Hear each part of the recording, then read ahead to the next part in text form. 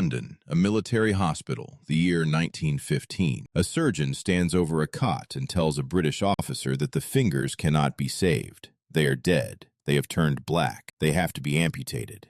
But not today. First, the paperwork, the approvals, the queue for the operating room, the forms. The war is on. The hospital is overflowing. The hand can wait until morning. The officer listens, looks at his own hand, then at the surgeon, then back at the hand. He doesn't argue. He doesn't shout. He brings his palm up to his mouth and bites off the first dead finger. The surgeon freezes. A nurse drops her tray. The officer spits the bitten-off finger onto the sheet, calmly, like a cherry pit, and goes to work on the next one.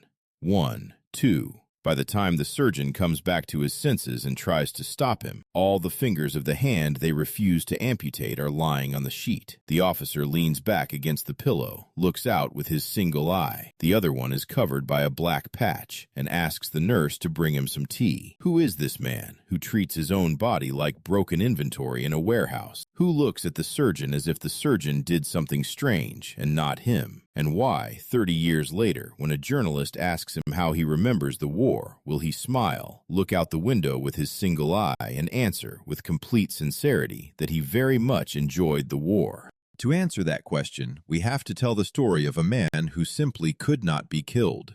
His name is Adrian Carton de Wiart. Remember that name, because what he did with his body and his life does not fit inside a single human lifetime. He lost his left eye in Somaliland in 1914. He lost his left hand in Belgium in 1914. He was shot in the skull, in the ear, in the ankle, in the hip, in the stomach, in the groin. 9 bullet wounds in one lifetime. He survived 2 plane crashes, one in the North Sea, one in the Mediterranean. He escaped from an Italian prison for high-value captives through a tunnel that he and other officers dug with an ordinary dinner spoon over 7 months. He fought in 3 wars on 3 continents, in South Africa, in Europe. He accepted the surrender of Italy. He was Winston Churchill's personal representative to Chiang Kai-shek in China. He met Mao Zedong, the Pope, and every British monarch of his era. And when, at 70, they finally forced him into retirement, the main thing he complained about in letters to friends was that they wouldn't let him fight anymore. So how did a Belgian aristocrat, born in a Brussels mansion with servants and tutors, turn into the most unkillable soldier in the British Empire of the 20th century? To understand that, we have to go back to Brussels, to the year 1880. Adrian Carton de Wiart was born on the 5th of May, 1880,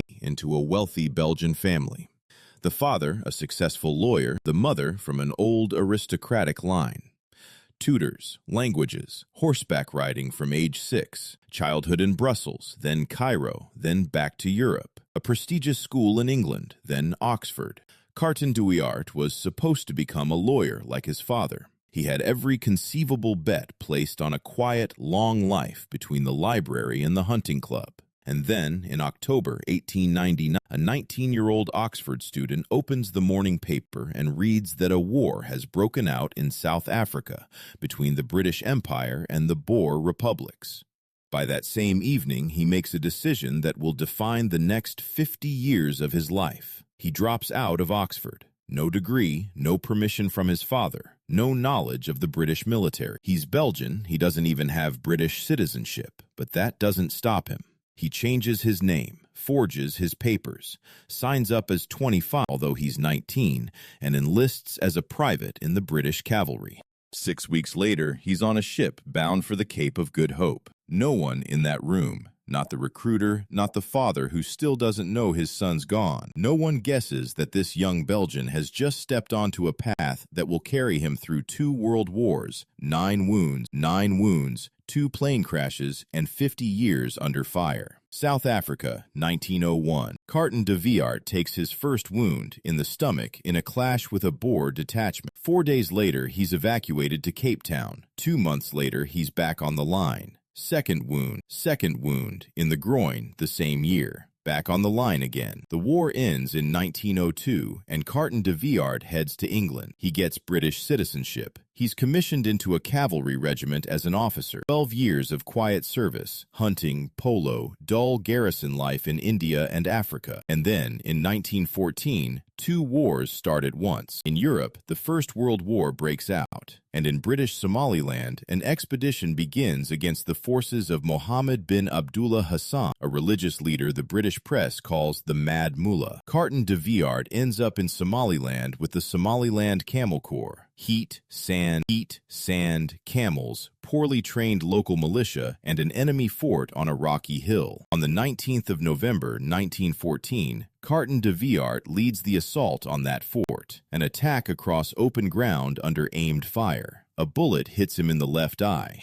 The eye runs down his cheek. He doesn't fall. He doesn't pull back from the fight. He keeps commanding the attack, blood pouring over his face, his tunic, the sand at his feet. Only when the fort is taken does he allow the medics to come near. Evacuation back to Britain takes months. Surgeons in London hand down the verdict. The eye cannot be saved. They fit a glass one. Carton de Wiart wears it for exactly 3 days. On the 4th day, on a train from London to a country hospital, he lowers the window and throws the glass eye out because the prosthetic rubs his socket and keeps him from sleeping. At the next station, he buys a black eye patch. He'll wear it the rest of his life. For the assault on the fort in Somaliland, they award him the Distinguished Service Order, and a few weeks later, he's already on his way to France, because in Belgium, the real war has started. Belgium, November 1914. Carton de Wiart takes his second serious wound, and it becomes the one this whole story began with. A bullet near Ypres pulps the left hand into raw meat. A field hospital. The surgeon says, the fingers are gone. Amputation is unavoidable, but not today. And so Carton de Wiart bites off the dead fingers himself, one after another, until the surgeon finds the nerve to finish the job. A few weeks later, they amputate the entire hand. A few months later, he's back at the front with a prosthetic, fighting again. And from this moment on, the British Army starts to understand that a man has appeared in its ranks who, it seems, cannot be stopped by anything. Third wound. The Somme, 1916. A bullet takes off half his ear. He doesn't leave his position.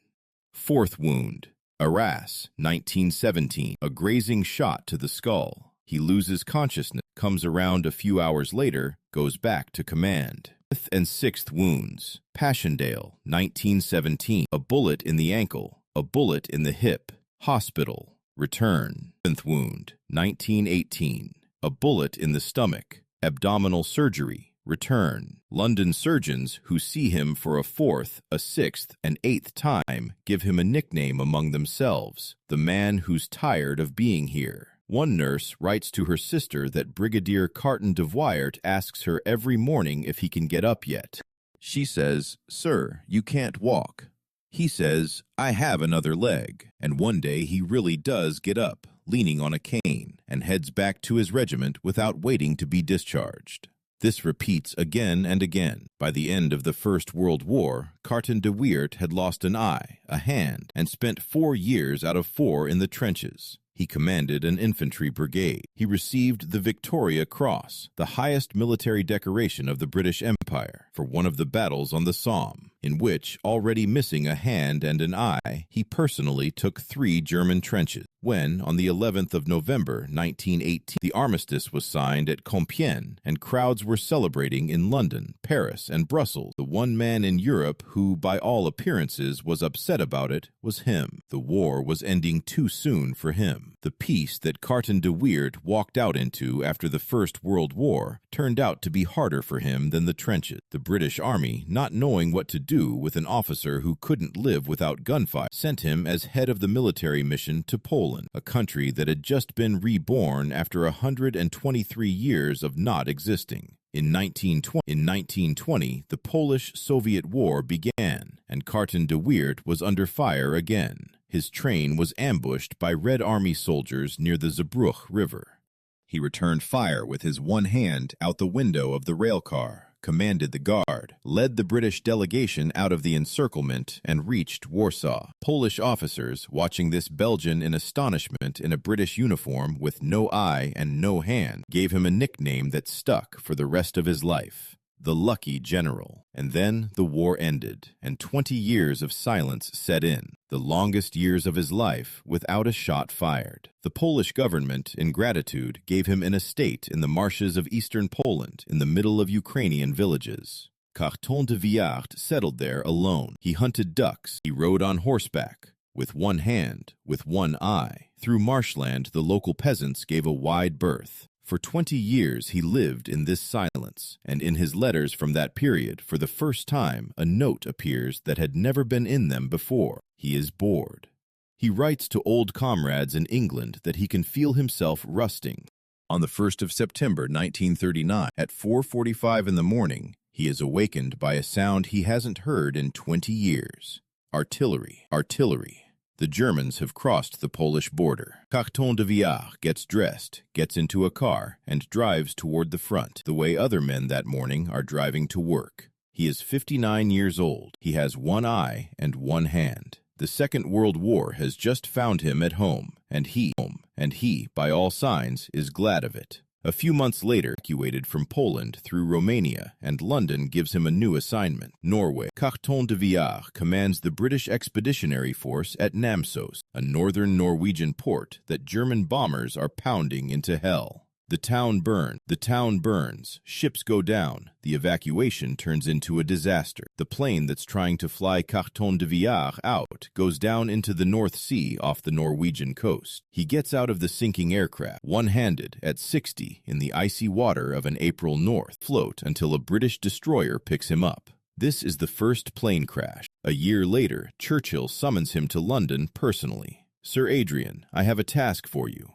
Yugoslavia has just been attacked by Germany. I need a British military representative to the Yugoslav command, and I need a man who is afraid of nothing. Carton de Wiart smiles and says he's available. On the 6th of April, 1941, a Wellington bomber carrying him takes off from Egypt for Yugoslavia. 2 engines, a crew, and a one-armed general with one eye. Over the Mediterranean, off the Libyan coast, both engines die at the same moment. The plane glides, loses altitude, and crashes into the water a mile from shore. Carton de Wiart climbs out of the sinking cockpit, one-handed, no eye, at 61, and starts swimming for the beach. A mile, in the Mediterranean, with a prosthetic arm and missing half his teeth, knocked out by the impact. He makes it. On the beach, Italian soldiers are waiting. That's the second plane crash in a year, and it ends in an Italian prison camp. They send Carton de Wiart to Castello di Vincigliata, an old castle outside Florence, converted into a special prison for high-ranking British captives. Generals, aristocrats, senior officers, good wine, a library, walks in the garden, and walls. Carton de Wiart spends nearly 2 years there.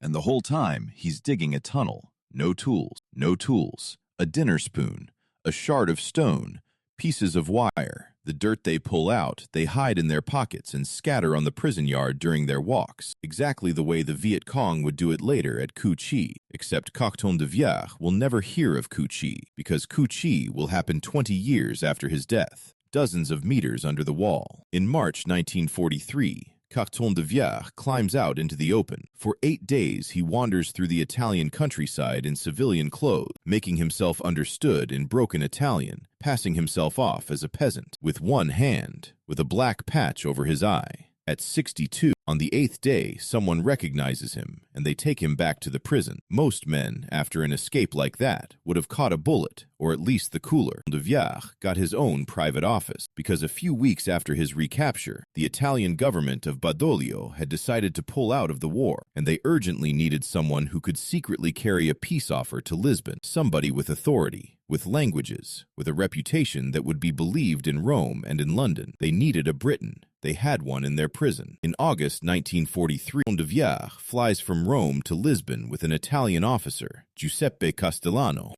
and a packet of documents that becomes the basis for Italy's surrender. A few weeks later, Italy is out of the war. Carton de Wiart returns to London, and Churchill invites him to dinner at Downing Street. Over a cigar, Churchill says, "Adrian, I have one last assignment for you." Carton de Wiart is 63. He has one eye, one hand, 7 bullet scars, and 2 plane crashes behind him. He asks, "Where?" Churchill answers, "You will be my personal representative to Generalissimo Chiang Kai-shek." De Wiart goes to Chongqing. For 3 years he lives in China, in the military capital of a country the Japanese army is bombing without pause. He meets with Chiang Kai-shek almost weekly. He meets with Mao Zedong. He travels through Burma, India, into the heaviest fighting of the Pacific War. In 1945, at the age of 65, he falls down the staircase of the British Embassy in Chongqing and breaks several vertebrae. Chinese and British doctors say with one voice that he will, most likely, never walk again. 2 months later, Carton de Wiart walks out of his ward on his own feet, leaning on a cane, and goes to a meeting with the Generalissimo. In 1947, he retires. He settles on an Irish estate in County Cork. Carton de Wiart's wife, Countess Frederica, had been waiting for him all those years. He hunts, he fishes, he writes a short, dry memoir with no self-pity in it. The book is called, quote, and it runs over 300 pages on wars, wounds, captivity, escapes, and not one line of complaint. And when, in the early 50s, a British journalist comes to that Irish estate to interview him, he asks the direct question, "Sir Adrian, looking back at everything you lost, everything you went through, how do you feel about this life?" Carton de Wiart puts down his pipe, looks out the window with his one eye, and answers, perfectly calmly, "I very much enjoyed the war." Historians and psychologists have tried for decades to explain Adrian Carton. Was he insane? Fearless? Did he physiologically have a different pain threshold? Each generation of biographers has offered its own version. The first version, the aristocratic one. The Belgian noble code of the late 19th century saw war as a form of honor, of trial, of personal sport. Carton de Wiart learned to ride, hunt, and fence from the age of 6. War, for him, was an extension of the hunt with different stakes, and nothing more. The second version, the physiological one. He apparently did have an abnormally high pain threshold. Surgeons who treated him recorded behavior in their notes that did not match the norm. Bitten off fingers, jumping out of a hospital bed, swimming across the Mediterranean with a prosthetic. That isn't courage. That is a different nervous system. The third version, the psychological one. He genuinely, it seems, did not fear death. In his diaries, letters, and memoir, there is not a single line about fear of dying, but many lines about fear of boredom. A world without war seemed unbearable to him. And the fourth, the simplest. He grew up in an era when life was short, when aristocrats died young, and glory was the only way to extend yourself beyond biology. He made his choice very early, at 19, reading that newspaper at Oxford. Better 50 years under bullets than 80 behind a desk, and he held to that choice all the way to the end, to his last day. Maybe none of these versions is entirely right. Maybe all of them are right together. But the fact remains, no bullet, no plane crash, no prison, and no surgeon was ever able to stop him. Old age stopped him, and only formally, because even at 80, he was still riding horses and shooting ducks on his Irish marshes. Adrian Carton de Wiart died on the 5th of June, 1963, at his estate in County Cork. He was 83 years old. Cause of death? Natural. Not a bullet, not a crash, not captivity, just old age, which finally found the man that the Germans, the Boers, the Italians, the Japanese, the sea, and the sky had all failed to find. They buried him in a small country churchyard not far from the estate. On the headstone, they carved only his name, 2 dates, and a single word, soldier. No list of decorations, ranks, orders, victories. He asked for it that way himself. At the Imperial War Museum in London today, his black eye patch is on display, his prosthetic left hand, and the drafts of his memoir. Every year, thousands of tourists walk past that case, throw it a passing glance, and walk on, without suspecting that those 3 quiet objects belong to a man who spent more years under direct fire than most professional soldiers spend on active duty in a whole career. He never thought of himself as a hero. When he was congratulated on yet another decoration, he would get embarrassed and say that he had just been very lucky. 7 bullets, 2 plane crashes, captivity, and escape, The China posting, all of it, by his own account, was a marvelous run of luck that mostly fell on the people around him, who had to treat him, evacuate him, and bury him. Most people are afraid of death. Adrian Carton de Wiart was afraid of a life without adventure. And in that difference between him and almost every one of us is, in fact, everything you need to know. Sometimes the most unkillable man on earth is not the one the bullets spared. He is the one who never gave them a chance to hit the place where fear lives.